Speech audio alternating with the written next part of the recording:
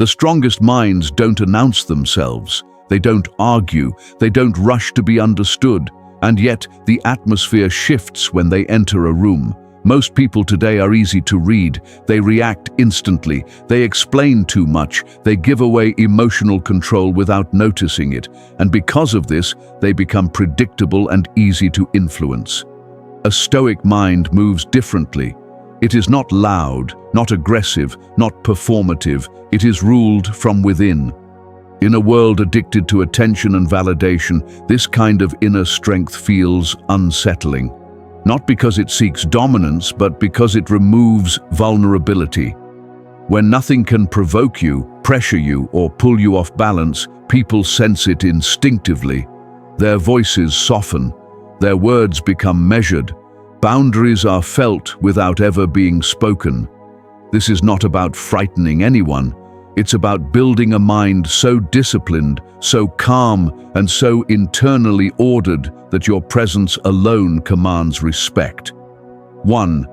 Emotional control. The moment you stop reacting. The instant someone can trigger an emotional response from you, they gain leverage, not because they are strong, but because you briefly hand your power away. Most people live exposed emotionally. A single comment can ruin their mood. A glance can spark insecurity. A delay can ignite anxiety. They believe these reactions are natural, unavoidable, even justified. The Stoics saw them as something else. To them, every uncontrolled reaction was a quiet surrender.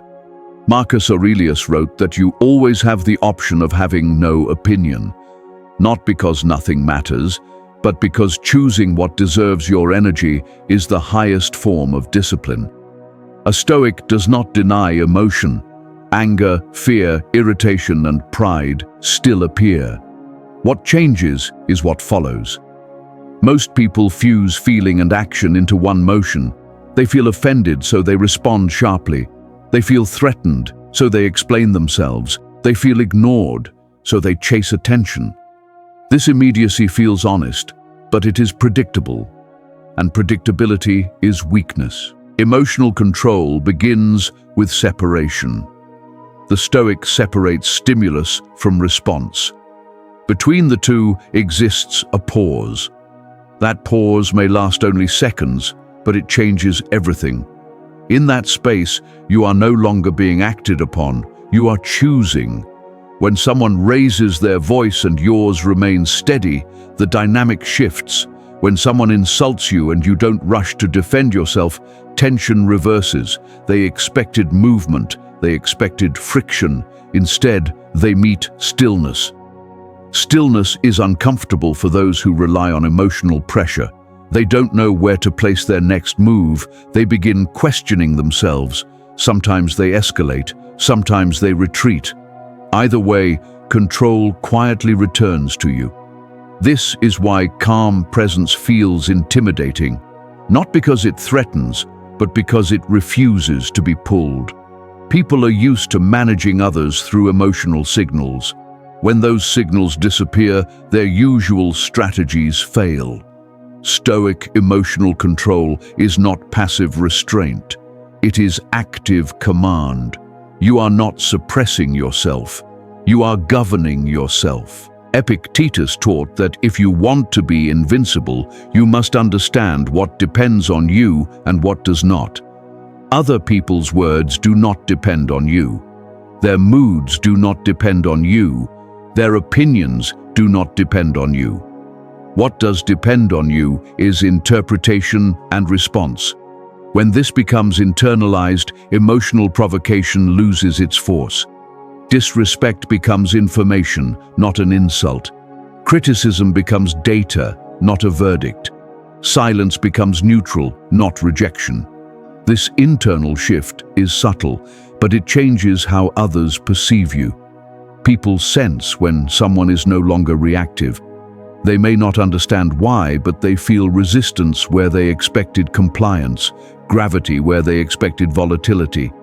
Over time, this consistency builds a reputation without words.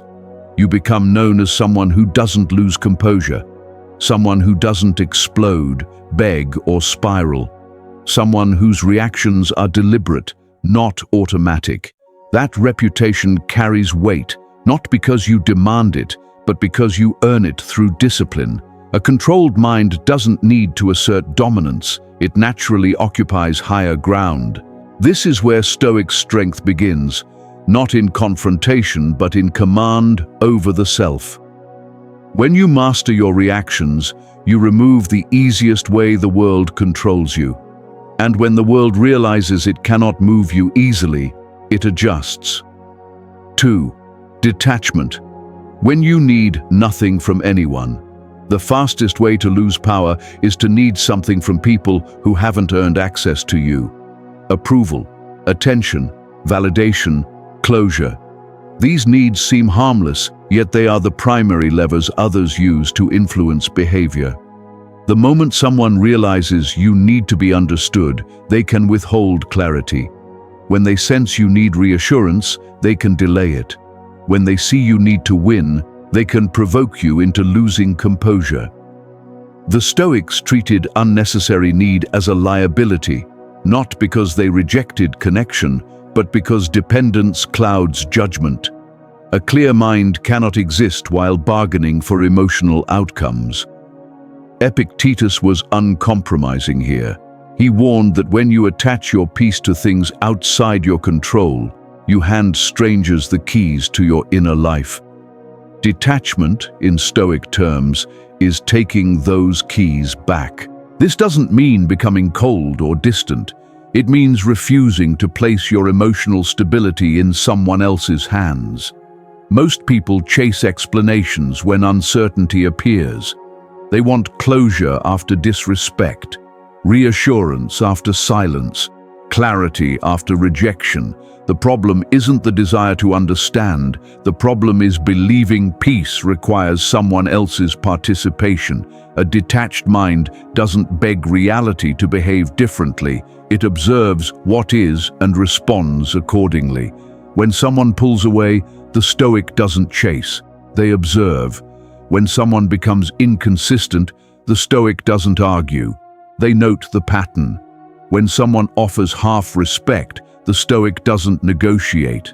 They withdraw access. This is where detachment becomes quietly intimidating. People expect pursuit, explanation, emotional labor. When none arrives, they feel imbalance. Silence where they expected pleading. Distance where they expected engagement. Calm where they expected agitation. Detachment disrupts familiar power dynamics. It also restores self-respect. The Stoics believed dignity isn't demanded. It's protected. Every time you chase validation, you lower your position. Every time you accept ambiguity instead of clarity, you train yourself to tolerate disrespect. A detached mind does the opposite. It selects rather than chases. It accepts reality rather than arguing with it. It understands that walking away is often the strongest response available. This is especially true in modern social dynamics, ghosting, passive aggression, unclear intentions. These behaviors feed on emotional dependency. They lose strength when met with indifference grounded in self-respect. Detachment sends a clear, unspoken message: I am not dependent on your behavior to remain whole. That message doesn't need to be spoken. It's felt through the absence of reaction, the lack of pursuit, the calm decision to redirect energy elsewhere. People often mistake this for arrogance. It isn't. It's alignment. A Stoic understands that attention is currency, time is non-refundable, emotional energy is finite. Not everyone deserves access to these resources. When you stop over-investing, others notice. Some step forward with clarity and respect, others disappear. Both outcomes are useful. Detachment acts as a filter. It reveals who is aligned and who benefited from your need. This is why a detached mind feels unmovable. There is nothing to grab, nothing to threaten, nothing to withhold. You are present but not dependent, engaged but not entangled, open but not exposed. And when people realize they cannot control you through approval or rejection, they approach more carefully, they speak more honestly, or they move on. Either way, you remain centered. This is Stoic detachment. Not isolation, not indifference, but freedom from unnecessary dependence. When you need nothing from anyone, you gain something rare, unshakable inner ground. 3. Discipline. Why consistency intimidates people. Nothing unsettles people more than someone who does not rely on emotion to function. Motivation excites, discipline endures. Most people wait to feel ready before acting. They work when inspired. They show up when conditions are favorable. They commit when energy is high. This creates a rhythm others can predict and eventually dismiss. A disciplined mind moves differently. It acts without drama. It repeats without announcement. It maintains its pace regardless of mood, praise, or resistance. The Stoics understood that consistency is not a productivity trick. It is a statement of identity. Marcus Aurelius wrote that you should do what nature demands without complaint or display. For the Stoic, action was not performance. It was alignment. This is where intimidation quietly forms. People are not threatened by strength they can outmatch. They are unsettled by strength that does not fluctuate. When you train whether you feel like it or not, people notice. When you keep your standards on difficult days, people notice. When you follow through without reminders, people notice. You don't need to explain discipline. Explanation weakens it. Discipline speaks through repetition. There is a psychological reason for this. Humans are conditioned to negotiate. They look for cracks in resolve. They wait for inconsistency so they can push boundaries. When those cracks never appear, negotiation stops. A disciplined person does not argue priorities. They live them. They do not demand respect. They generate it through reliability. This creates subtle pressure. Others begin measuring themselves against you. Even if they never say it, your presence reminds them of what they avoid, delay, or rationalize away. That discomfort is often mislabeled as fear. Stoic discipline is not obsession. It is restraint guided by reason. You choose a small set of non-negotiables and honor them daily. Not everything requires intensity, but some things demand consistency, physical practice, work ethic, standards of speech and behavior under stress. When these become automatic, something shifts. You stop negotiating with yourself. And when that inner negotiation ends, others sense it externally. People without discipline rely on mood and reaction. People with discipline rely on structure and choice. The second group is far harder to manipulate. Why? Because manipulation targets emotion. Discipline bypasses it. You cannot bait someone who follows a schedule. You cannot derail someone who has already decided. You cannot distract someone governed by principle rather than impulse. Over time, this creates authority without command. You don't set rules for others. Your behavior sets expectations. People adjust how they approach you. They arrive more prepared. They waste less time. They test you less. Not because you are harsh, but because you are consistent. Stoic discipline also removes the need for validation. You don't require applause to continue. Progress becomes its own confirmation. When others realize praise doesn't change you and criticism doesn't derail you, two of their most common tools disappear. What remains is respect, distance, or both.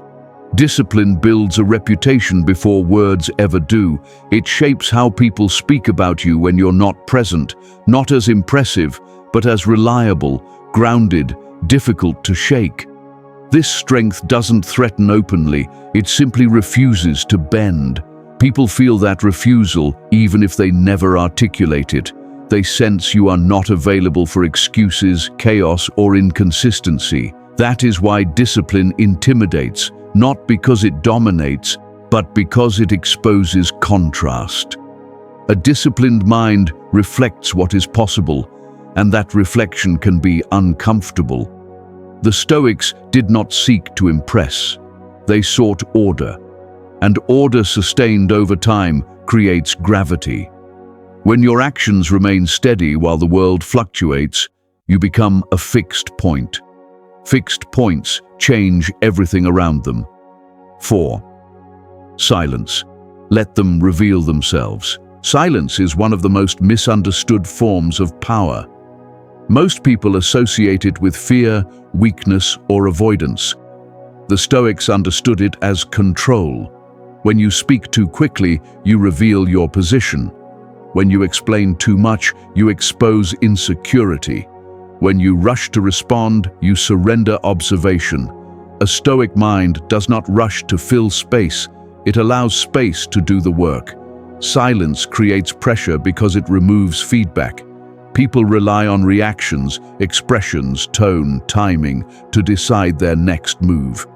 When those signals vanish, uncertainty rises. That is when truth surfaces. Someone who respects you remains consistent in silence. Someone seeking control becomes restless. Someone relying on emotional leverage escalates, provokes, or retreats. You don't need confrontation to understand. Observation is enough. The Stoics valued this deeply. They believed character is revealed under restraint, not stimulation. When you stop reacting, you see people without the mask of performance. Silence is not withdrawal. It is presence without participation. You are attentive and aware, but you refuse unnecessary engagement. This immediately shifts the dynamic. People accustomed to emotional exchange feel exposed. They speak more than intended. They justify themselves. They contradict earlier statements. They reveal impatience, entitlement, or insecurity, all without you saying a word. Stoic silence also protects dignity. Not every comment deserves response. Not every challenge deserves acknowledgement. Not every misunderstanding deserves correction. Marcus Aurelius warned against wasting energy on what does not contribute to virtue. Silence becomes a filter. What matters passes through. What doesn't fades. This restraint unsettles some. They interpret it as confidence, distance, or authority. Sometimes they project arrogance onto it. That projection reveals more about them than it ever does about you. Silence also prevents escalation. Arguments need fuel. Drama requires participation. When you remove yourself emotionally, the fire dies out. This doesn't mean avoiding necessary conversations. It means choosing the right moment, the right words, and the right reasons. A Stoic speaks when clarity is required, not when ego feels threatened. Over time, people learn something about you. Emotional bait doesn't work. Urgency doesn't rush you. Pressure doesn't force decisions. As a result, people approach more carefully, prepare more thoroughly, or disengage entirely. 5. Inner standards. Living by law, not approval. Most people adjust themselves to the room. They read reactions, sense approval or disapproval, and quietly change behavior to stay accepted. A Stoic does the opposite. They carry their standards with them. This is where real authority begins. When behavior is guided by external opinion, it is always negotiable. Praise can inflate you, criticism can shrink you, rejection can redirect you, approval can dull your edges. The Stoics saw this as dangerous, not because opinions don't matter, but because they are unstable. What pleases one crowd offends another. What is admired today is mocked tomorrow. So the Stoic builds an internal law.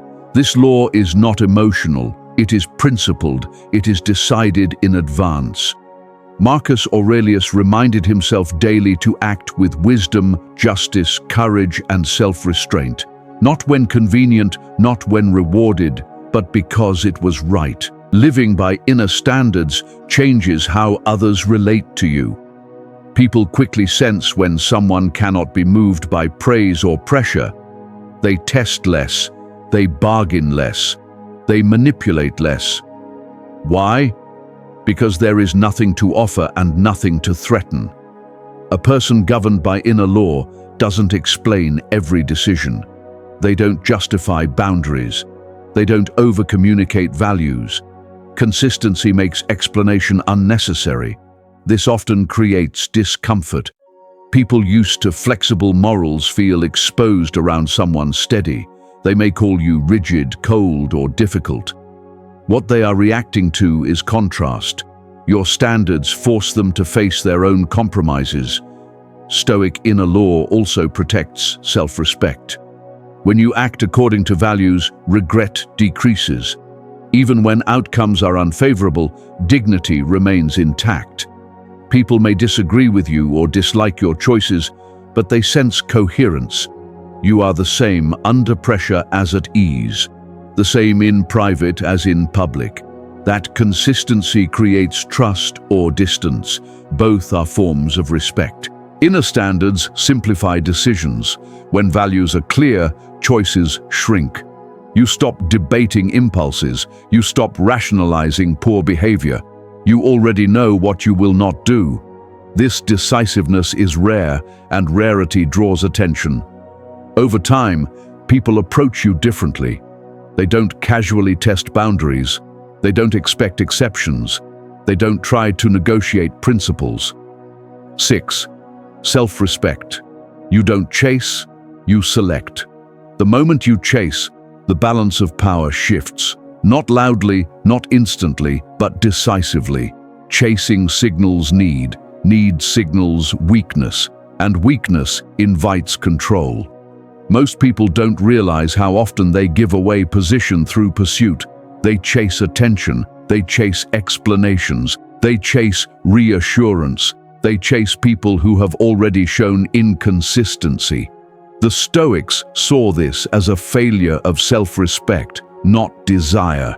Desire is natural. Attachment without boundaries is not. A self-respecting mind doesn't beg reality to choose it. It observes, evaluates, and decides. This distinction changes everything. When someone delays, disrespects, or offers partial commitment, the Stoic doesn't lean forward. They lean back. They don't demand clarity. They watch behavior. They don't chase interest. They look for consistency. They don't argue their worth. They remove themselves from places where it is questioned. This isn't pride, it's calibration. Self-respect means treating time, attention, and energy as valuable by default. Not because others agree, but because you do. People sense this quickly.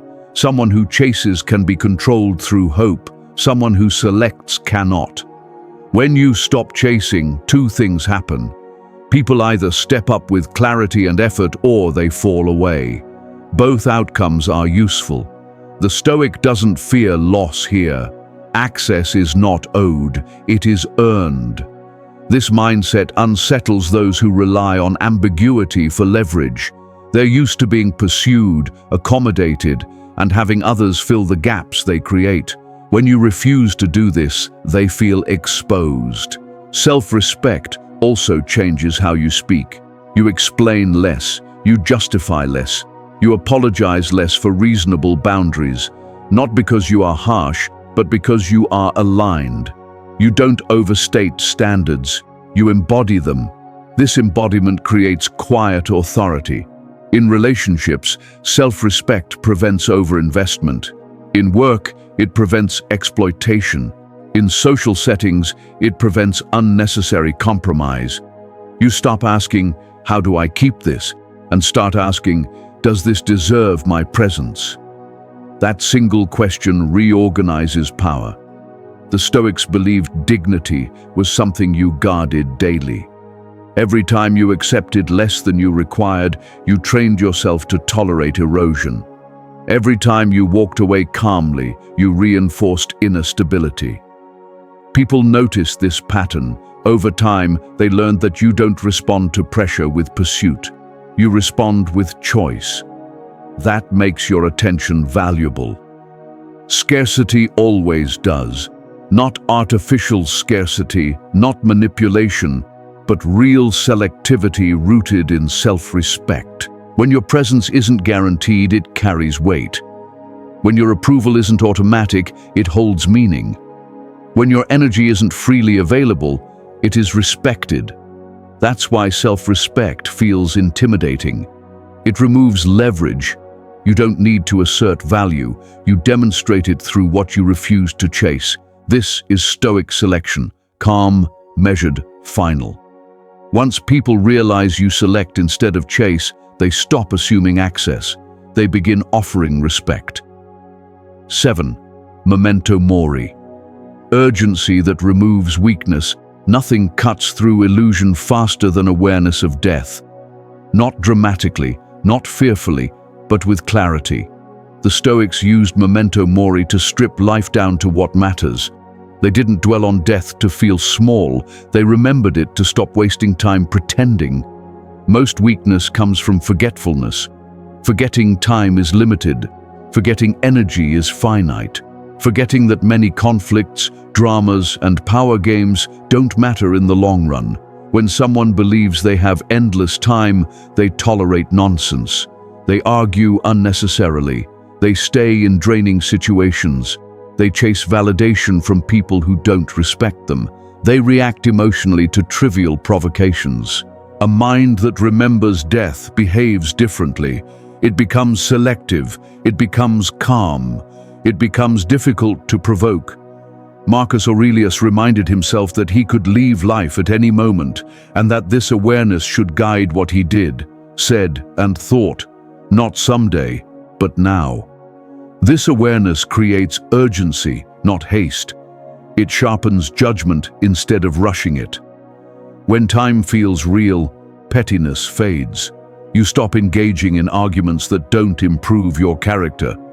You stop explaining yourself to people who aren't listening. You stop proving worth to audiences that don't matter. This is why Memento Mori makes a mind intimidating. Not because it grows dark, but because it becomes precise. A person who knows time is limited doesn't play small games. They don't posture, they don't perform, they don't inflate minor conflicts into personal battles. They ask one quiet question before reacting: will this matter when my time is gone? Most things fail that test. This doesn't make the Stoic passive, it makes them intentional. They still act, they still speak, they still confront when necessary, but they choose battles carefully. That choice creates presence. People sense when someone is no longer emotionally available for nonsense. They sense when pressure, guilt, and provocation stop working. They sense when urgency replaces insecurity. This changes how others approach you. They waste less time. They speak more directly, or they step away. Every outcome becomes efficient. Memento Mori also strengthens courage. Fear weakens when the worst outcome is already accepted.